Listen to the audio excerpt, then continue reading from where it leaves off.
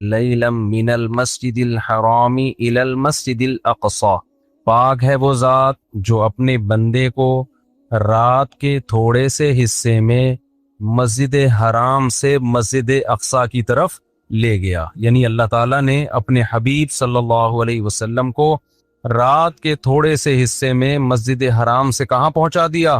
مسجد اقصی۔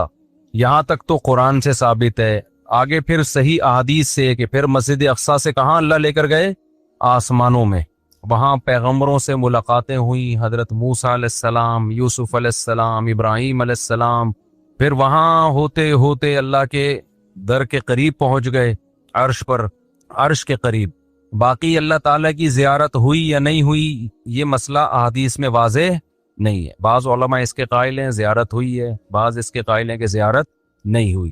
تو جو یہ کہتے ہیں زیارت ہوئی ہے ان کو مشرک کہنا درست نہیں ہے، اس کا شرک اور کفر سے کوئی تعلق نہیں ہے، اور جو یہ کہتے ہیں زیارت نہیں ہوئی ان کو گستاخ رسول قرار دینا یہ بھی پرلے درجے کی حماقت ہے۔ ہم اس کے مکلف ہیں جو صحیح حدیث سے ثابت ہو۔ میرا موقف کیا ہے؟ میرا موقف جو ٹوٹا پھوٹا موقف ہے، قرآن و سنت میں غور کر کے جو مجھے سمجھ میں آیا ہے کہ زیارت کے پر کوئی واضح دلیل ہمارے سامنے نہیں ہے۔ یعنی اس بات کی دلیل واضح کہ اللہ نے پیغمبر صلی اللہ علیہ وسلم کو ان دنیا کی آنکھوں سے اللہ کی زیارت کی ہے، پیغمبر صلی اللہ علیہ وسلم نے اللہ کو ان دنیا کی آنکھوں سے دیکھا ہے، اس پر کوئی واضح دلیل نہیں ہے۔ احادیث جو ہیں وہ مبہم ہیں اور جن میں نفی ہے وہ بہت واضح ہیں، واللہ عالم۔ پھر بھی کوئی قائل ہے تو اس کا مسئلہ ہے، تو اور بہت ہیں زمانے میں غم لڑنے کے لیے۔ یہ سارا 2 شادیاں نہ کرنے کا نتیجہ ہے۔ جو لوگ 2-3 شادیاں کرتے ہیں ان کے مسئلے ہی کچھ اور بن جاتے ہیں، ان پھڈوں میں وہ نہیں پڑتے۔ جب 2 ہوں گی نا پھر آپ اسی میں لگے رہو گے کہ یار یہ دونوں ٹھیک کیسے ہو جائیں، تراویح بھلے 8 ہو بھلے 20 ہو، ٹھیک ہے، سارے مسئلے یہاں سے کھڑے ہوتے ہیں۔ جب امت کو بڑے غم نہیں ہوں گے تو چھوٹے چھوٹے غموں میں امت، میری رائے ہے کہ تراویح 20 رکعتیں، اور میری قرآن و حدیث سے مزین رائے ہے، کہیں آپ سمجھے کہ میں بھی اس کا قائل ہوں۔ 8 رکعت پر کوئی واضح دلیل ہمارے پاس نہیں ہے۔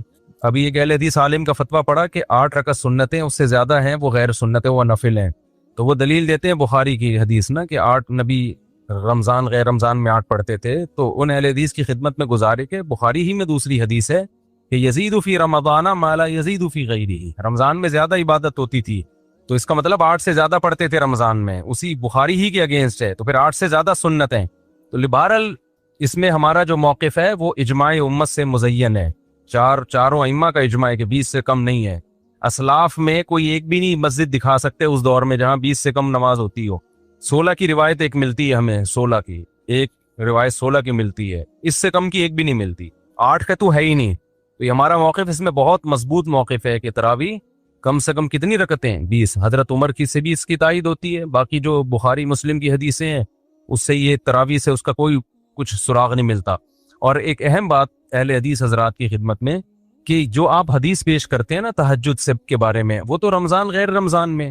ابھی ایک اہل حدیث عالم کا فتویٰ نظر سے گزرا، اس دفعہ رویت ہلال کمیٹی نے چاند کا اعلان لیٹ کیا نا، رویت ہلال کمیٹی کا بھی میں آپ کو بتاتا ہوں، تھوڑا سا آج بول ہی دیں تھوڑا بہت، فتنے میں ڈالنا مقصد نہیں ہے، کمیٹی کو تھوڑا سا ٹھیک کرنا مقصد ہے۔ وہ ٹھیک ہوں گے نہیں ہماری باتوں سے، لیکن شاید کچھ اصلاح ہو جائے۔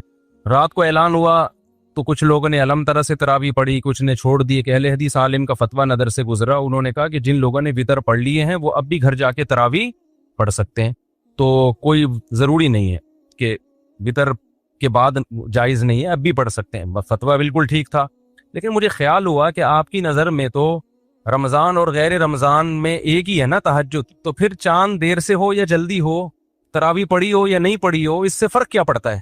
یہ فتویٰ لگانے کی ضرورت کیا تھی کہ جنہوں نے وتر پڑھ لی ہیں وہ جا کے قیام اللیل پڑھ لیں یا تہجد پڑھ لیں یا تراویح پڑھ لیں، کچھ بھی نام دے دیں اس کو۔ تو آپ کے یہاں تو رمضان غیر رمضان کیا ہے؟ برابر ہے بھائی، چاند ہو گیا ہے تو بھی پڑھ لو، نہیں پڑھو مرضی ہے، نہیں ہوا تو بھی پڑھو، عام تہجد ہے، رمضان میں ذرا ثواب زیادہ مل جائے گا۔ تو یہ فتویٰ دینے کی کیا ضرورت ہے کہ جی چاند ہو گیا ہے، دیر سے اعلان ہوا ہے تو جن لوگوں نے نہیں پڑھی اب پڑھ سکتے ہیں؟ بھائی چاند ہو یا نہ ہو، نہیں پڑھی تو بھی پڑھنی چاہیے، چاہے چاند نہ بھی ہو۔ تہجد تو میرے بھائی عام دنوں میں بھی پڑھنی چاہیے نا، اس کا چاند سے کیا تعلق ہے؟ تو عام رمضان میں بھی پڑھنی چاہیے، تو اس میں روزے میں چاند کا تو مسئلہ آئے گا کہ روزہ رکھنا ہے کہ نہیں رکھنا۔ تراویح میں تو اہل حدیث حضرات کا مسئلہ ہی نہیں آنا چاہیے نا۔ تو یہ مجھے ایک سوال تھا لیکن کوئی کہیں جواب ملتا نہیں۔ خیر آگے چلتے ہیں میرے بھائی، بہت ٹائم ہو گیا۔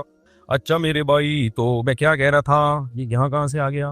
ہاں، تو یہ اختلافی مسئلہ ہے کہ نبی صلی اللہ علیہ وسلم نے دیدار کیا یا نہیں کیا. بہرحال ہم آگے چلتے ہیں. تو میں یہ عرض کر رہا تھا معراج نبی صلی اللہ علیہ وسلم کو جسم کے جسد اطہر کے ساتھ ہوئی. یہ اللہ کی طرف سے ایک معجزہ تھا. آپ صلی اللہ علیہ وسلم بیت المقدس میں گئے. معراج میں کیا کیا حکمتیں تھیں؟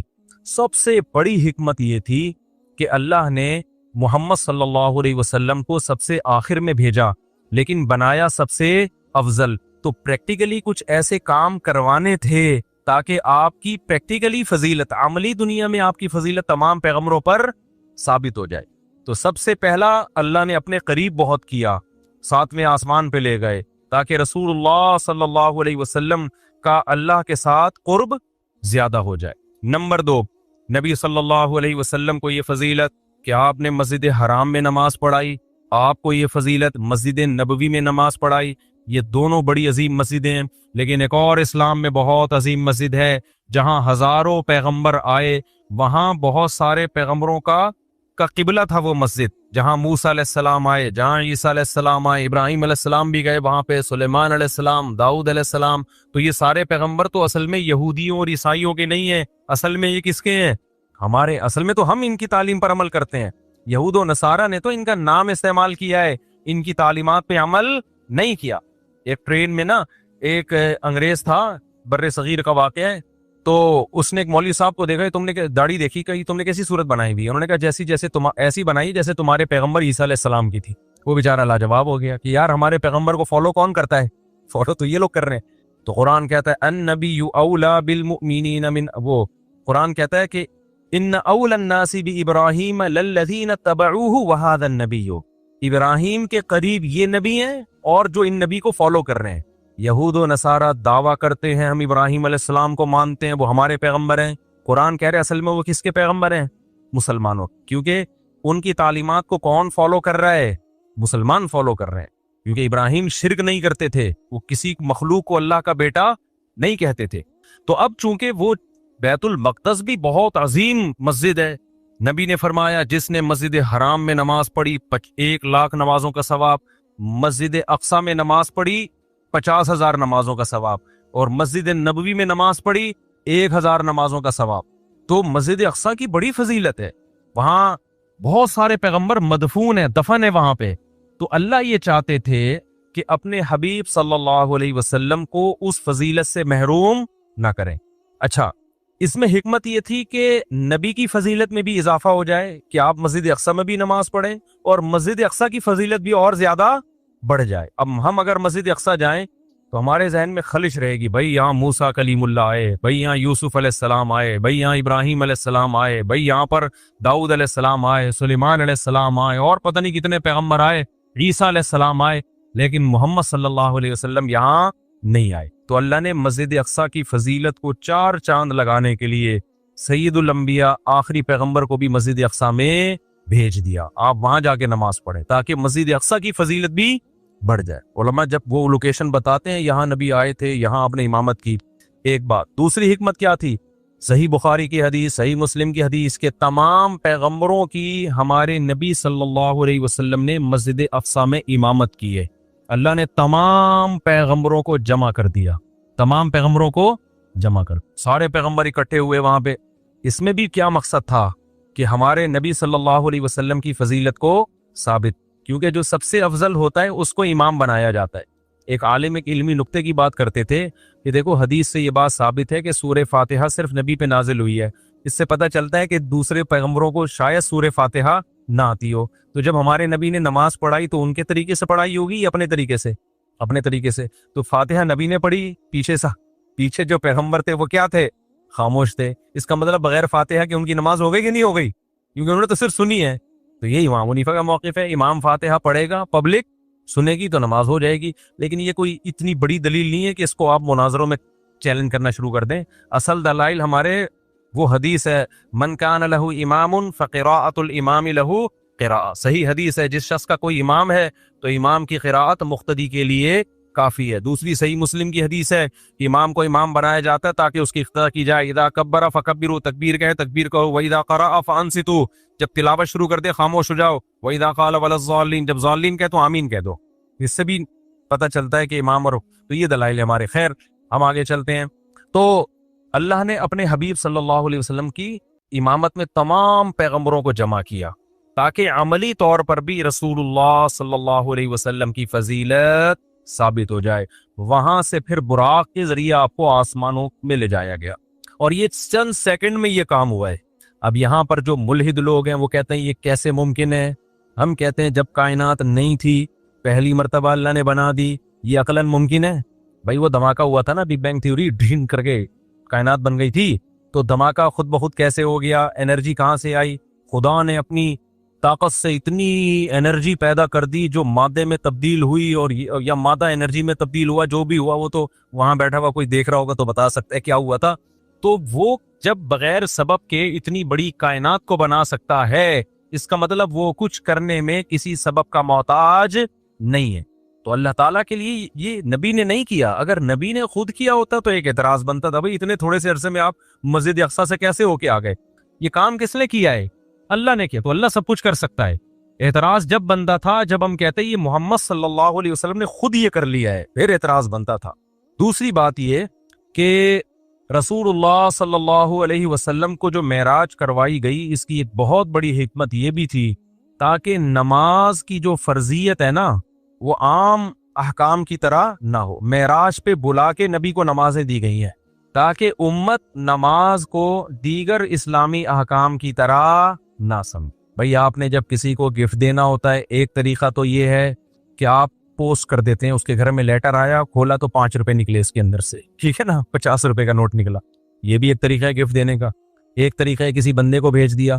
ایک طریقہ ہے آپ کہتے ہیں یار یہ تو میں یہ بڑا گفٹ آپ کو دینا چاہتا ہوں، یہ میں آپ کی دعوت کروں گا، آپ میرے گھر آئیں گے، کھانا کھائیں گے، سیلفیاں لیں گے ہم دونوں مل جل کے، اس کے بعد یہ ڈبہ میری موجودگی میں کھلے گا، گفٹ کا ڈبہ، آپ سمجھ جاؤ گے بیٹا کوئی چھوٹی چیز نہیں۔ ویسے ہی اگر گفٹ دینے کے لیے بھیجے تو سر خالی ڈبہ ہی بھیج دے، وہ جب گھر بلا کے دیا جائے گا تو چھوٹی چیز گفٹ نہیں دی جاتی۔ تو اللہ نے اپنے حبیب صلی اللہ علیہ وسلم کو اپنے پاس بلا کے نمازوں کا تحفہ دیا، اور کیسے دیا؟ پہلے 50 نمازیں فرض کی۔ دیکھو اللہ نے کرنی 5 ہی تھیں، لوگ کہتے اگر راستے میں موسیٰ علیہ السلام سے ملاقات نہ ہوتی تو وہ تو 50 ہو جاتی، ہم تو بھر جاتے۔ اللہ نے 50 دینی نہیں تھی، دینی کتنی تھی؟ 5 ہی دینی تھی، لیکن ایک پروسیس کے تحت دینی تھی۔ یہ بتانا تھا کہ میں چاہتا تو یہ تھا کہ تم ہر وقت نماز ہی پڑھا کرو، ٹھیک ہے نا، 50 کا تو مطلب یہی ہوتا نا، لیکن مجھے پتا ہے تم یہ کر نہیں سکتے، تو چلو 5 کر لو، ثواب کتنے کا مل جائے گا؟ 50 کا مل جائے۔ جیسے آدم علیہ السلام سے جو خطا ہوئی اور جنت سے نکلے، تو یہ تو پلاننگ تھی اللہ میاں کی پہلے سے، ٹھیک ہے نا، خطا نہ ہوتی تو جنت سے نہ نکلتے، جنت سے نہ نکلتے تو زمین پہ نہ آتے، زمین پہ نہ آتے تو آزمائش کہاں سے ہوتی؟ تو پیدا تو کس کام کے لیے کیا تھا؟ آزمائش کے لیے۔ تو اللہ نے کہا چلو شیطان کو تھوڑا سا برگلانے دو، آدم کو خطا کرانے دو، اللہ کو پتا ہے یہ تو توبہ کر کے ٹھیک ہو جائیں گے، لیکن اس بہانے یہ جنت سے نکلیں گے، پھر ان کی اولاد کو میں بتاؤں گا کہ گناہ وہ چیز ہے جو آپ کو جنت سے نکالتا ہے، اور اگر گناہ ہو جائے تو توبہ وہ چیز ہے جو دوبارہ جنت میں لے جاتا ہے۔ اور یہ سبق بھی ملے گا کہ شیطان نے بھی غلطی کی، آدم نے بھی غلطی کی۔ شیطان کو حکم دیا سجدہ کر، شیطان نے کہا نہیں۔ آدم کو حکم دیا اس درخت کے قریب نہ جانا، آدم بھی چلے گئے، خطا دونوں سے ہو گئی نا۔ لیکن شیطان سے جب غلطی ہوئی، اللہ کو غصہ آیا، تو شیطان غصے کے جواب میں توبہ کرنے کے بجائے اور اکڑ گیا، اور کہنے لگا موت تک زندگی دے، سب کچھ جہنم میں لے کے جاؤں گا، اکڑا ہوا ہے اب تک۔ اور آدم کو جب پتا چلا اللہ کو غصہ آیا ہے، تو آدم نے کیا کہا؟ ربنا ظلمنا انفسنا، اے ہمارے رب ہم سے اپنی جان پر ظلم ہو گیا، وَإِن لَّمْ تَغْفِرْ لَنَا وَتَرْحَمْنَا، معاف کر دے، تو نے معاف نہیں کیا برباد ہو جائیں گے۔ ثُمَّ اجْتَبَاهُ رَبُّهُ، اللہ کہتے ہیں ایسی پسند آئی توبہ، ہم نے آدم کو دوبارہ منتخب بنا دیا۔ تو ہم شیطان کی اولاد ہیں یا آدم کی؟ تو کام شیطان والے کرنے یا آدم والے؟ ہمارے ایک دوست ہیں مسقط میں، انہوں نے کارڈ چھپایا کہ اولاد آدم کی طرف سے حسن قرات کا انتظام کیا گیا ہے۔ ان کے دادا آدم نام ہے ان کے دادا، تو ان کے دادا کی اولادوں نے کوئی حسن قرات کی محفل کا انتظام کیا نا، تو کارڈ آیا اولاد آدم کی طرف سے۔ میں حیران کہ یار یہ آدم علیہ السلام کی اولاد تو پوری کائنات ہے، یا کوئی نئے بچے دریافت ہوئے آدم علیہ السلام؟ ہو سکتا ہے کوئی پرانے غار میں سے نکلے ہوں، وہ آدم علیہ السلام کے جو سچی مچی کے قریب کے بچے ہوں، ان کی طرف سے انتظام۔ میں نے کہا یہ اولاد آدم تو سب لوگ ہی ہیں، تو یہ آپ لوگ کیا؟ انہوں نے کہا ہمارے دادا کا نام تھا آدم۔ میں نے کہا اللہ تعالیٰ آدم کی اولاد کو صحت اور عافیت والی زندگی اور ایسے پروگرام انعقاد کرنے کی بار بار توفیق عطا فرما۔ تو خیر ہم کس کی اولاد ہیں؟ آدم کی، شیطان کی نہیں ہے۔ تو کس کے طریقے پہ ہم نے چلنا ہے؟ آدم کے۔ غلطی سے بچنا ہے، ہو جائے تو کیا کرنا ہے؟ گڑ گڑانا ہے اللہ کے ساتھ، اے اللہ معاف کر دے، اے اللہ معاف کر دے، اے اللہ معاف کر دے۔ تو اللہ کہتے ہیں 100 بار گناہ کر کے 100 بار بھی توبہ کی تو معاف، توبہ میں تاخیر ہو سکتی ہے، اللہ کی طرف سے معافی میں تاخیر نہیں ہوگی۔ تو یہ بھی حکمت تھی۔ خیر، تو اسی طرح جو رسول اللہ صلی اللہ علیہ وسلم جب معراج پہ گئے نا، تو اللہ نے جو 50 فرض کی تھی، اللہ کو پتا تھا یہ نہیں پڑھیں گے 50 نمازیں، شادیاں کس وقت کریں گے پھر یہ اگر 50 نمازیں پڑھیں گے؟ 4 شادیاں بھی تو کروانی ہے نا، بچے بھی پلوانے ہیں ان سے، تو ہر وقت باوضو رہیں گے یہ، تو پھر کیا خیال ہے؟ ٹھیک ہے، ان کا تو وضو ہی نہیں ٹوٹے گا کبھی۔ تو اللہ میاں نے موسیٰ علیہ السلام کے دل میں ڈالا کہ یہ 50 نمازیں لے کر آ رہے ہیں نبی صلی اللہ علیہ وسلم، لیکن حضرت موسیٰ کے دل میں اللہ نے ڈال دیا کہ کیا کرنا؟ اعتراض کرنا۔ حضرت موسیٰ سے ملاقات ہوئی، کیا دیا گیا؟ آپ نے فرمایا کہ 50 دی گئی ہے۔ حضرت موسیٰ نے کہا میری امت پر تو اس سے کم نمازیں فرض ہوئی تھی، وہ پوری نہیں کر سکے، آپ کی امت کیسے کرے گی؟ ہوتے ہوتے کم کرتے کرتے کتنی ہو گئی؟ 5 نماز۔ تو حضرت موسیٰ علیہ السلام سے اللہ کرے ہم سب کی ملاقات ہو جنت میں، ہم سب ان کو مبارکباد دیں گے، حضرت آپ کا بہت بہت شکریہ۔ کیا خیال؟ تو لیکن حضرت موسیٰ سے ایک دفعہ بات کر کے نہ ہٹ جانا، کیونکہ بہت زیادہ جلالی پیغمبر ہیں۔ میں نے بتایا تھا نا، موت کا فرشتہ آیا انسانی شکل میں۔ حضرت موسیٰ نے پوچھا کیسے آنا ہوا؟ اس نے کہا آپ کی روح قبض کرنے۔ حدیث میں ایک کھینچ کے تھپڑ لگایا، اس کی آنکھ نکل کے گر گئی باہر۔ ٹھیک ہے، جلال بہت تھا۔ اپنے بھائی ہارون کی داڑھی پکڑ کے کھینچا تھا نا کہ یہ قوم کیا کر رہی ہے۔ تو خیر، تو یہ معراج میں بہت ساری حکمتیں تھیں، بہت سارے۔ پھر رسول اللہ صلی اللہ علیہ وسلم کے اس معجزے کو اللہ نے ثابت بھی کیا۔ مشرکین نے پوچھا کہ آپ کیسے دعویٰ کرتے ہیں؟ اگر آپ گئے ہیں تو بتائیں مسجد اقصیٰ کیسی ہے؟ آپ صلی اللہ علیہ وسلم نے فرمایا کہ مجھے پورے طور پہ، کیونکہ ایک دفعہ جب کوئی شخص ہو کے آتا ہے اسے پورا تھوڑی یاد ہوتا ہے کہ کون سا ستون کدھر ہے اور کون سی جگہ کدھر ہے، لیکن مشرکین نے پروپیگنڈا کرنا شروع کر دیا۔ تو اللہ تعالیٰ نے اپنے حبیب صلی اللہ علیہ وسلم کے سامنے پورا نقشہ کر دیا بیت المقدس کا، اور آپ نے پوری ایک ایک چیز اس کی بتائی۔ پھر آپ نے ان قافلوں کا بھی بتایا جو راستے میں آ رہے ہیں۔ وہ قافلے جب پہنچے تو بالکل اس طریقے سے بتایا جس طریقے سے وہ قافلے سفر کر کے آئے ہیں۔ تو یہ اللہ تعالیٰ نے ایک معجزہ دکھایا، اور اس میں حکمتیں کیا تھیں؟ یہ ثابت کرنا کہ یہ پیغمبر تمام پیغمبروں سے افضل ہے، یہ ثابت کرنا۔ اللہ تعالیٰ نے جو ہمیں دین اور مذہب دیا وہ معتدل ہے، اس میں ہر چیز میں بیلنس ہے، افراط اور تفریط سے ہٹ کر ہے۔ آج کل ایک لفظ آپ نے سنا ہوگا نا، ایکسٹریمزم۔ یہ شخص ایکسٹریم پہ گیا ہوا ہے، انتہا پہ گیا ہوا ہے۔ ہمارے جو مذہبی لوگ ہیں جو اسلام سے محبت کرتے ہیں، بعض دفعہ وہ بھی ایک ایکسٹریم پہ چلے جاتے ہیں، انتہا پہ پہنچ جاتے ہیں، اور جو مذہب کو نہیں مانتے یا فالو نہیں کرتے وہ بھی ایک دوسری انتہا تک پہنچ جاتے ہیں۔ اسے کہتے ہیں انتہا پسندی، سمجھتے ہیں؟ یہ دونوں انتہائیں کسی بھی سوسائٹی کا، کسی بھی قوم کا بیڑا غرق کرنے کے لیے کافی ہے۔ کسی قوم کا بیڑا اگر غرق کرنا ہے تو یا تو مذہبی انتہا پسندی تک پہنچا دیں اس کو، یا مذہب کی مخالفت میں ڈال کے۔ اچھا، مذہب کی مخالفت میں جب آپ آئیں گے تو ویسے ہی انتہا پسندی کو پہنچیں گے آپ۔ پھر تو انتہا پسندی پھر 2 قسمیں نہیں ہیں کہ معتدل اور انتہا پسند۔ آواز مزیدار نہیں آ رہی ہے، گونج رہی ہے آواز، پتہ نہیں ان کے ذمے تو لگایا تھا۔ تو جس کے ذمے لگاؤ پہلے اس کو سیٹ کرانا پڑتا ہے، پھر وہ آگے کام سیٹ کرتا ہے۔ پاکستان میں یہ ہے، الحمدللہ پاکستان میں یہ ہے کہ آپ کسی کے ذمے کوئی کام لگائیں تو پہلے اسے کسی کے ذمے لگائیں آپ کہ اس کو تو ٹھیک کرو، پھر آگے وہ کام ٹھیک کرے گا۔ دیکھو پاکستان کے جو ڈرائیور ہیں پوری دنیا میں مشہور ہیں، ہم بچپن میں یہ بات سنتے تھے، پھر یہ بھی ہم سنتے تھے پاکستان کے پائلٹ پوری دنیا میں مشہور ہیں۔ تو ہمیں نہیں یقین آتا تھا کہ یار ہر چیز میں دنیا ایکسپرٹ ہے، تو ڈرائیونگ میں ہماری قوم کہاں سے ایکسپرٹ ہو گئی؟ ہر چیز میں تو گورے ایکسپرٹ ہیں، تو ہم لوگ ڈرائیونگ میں کیسے؟ تو اس کا جو بات سامنے آئی نا کہ جتنے یہاں سڑک پہ کھڈے ہیں، کتے سامنے سے آ رہے ہیں، کوئی انٹی نکل کے آ جائیں گی ایک دم روڈ پہ سے، اور جو بائک والا ہوگا وہ فاسٹ ٹریک پہ چلائے گا، لینڈ کروزر والا وہ فٹ پاتھ کے قریب سے آرام سے جا رہا ہوگا، بائک والا 4 بچوں کو، بیوی کو، اور بھی 2-4 محلے والے جو لفٹ مانگتے ہیں ان سب کو بٹھا کے فاسٹ ٹریک پہ چلے گا، اوورٹیک ہمیشہ الٹی طرف سے کیا جائے گا۔ تو اس ماحول میں جس نے ڈرائیونگ سیکھی ہونا دنیا میں ظاہر ہے اس کا مقابلہ کوئی ڈرائیور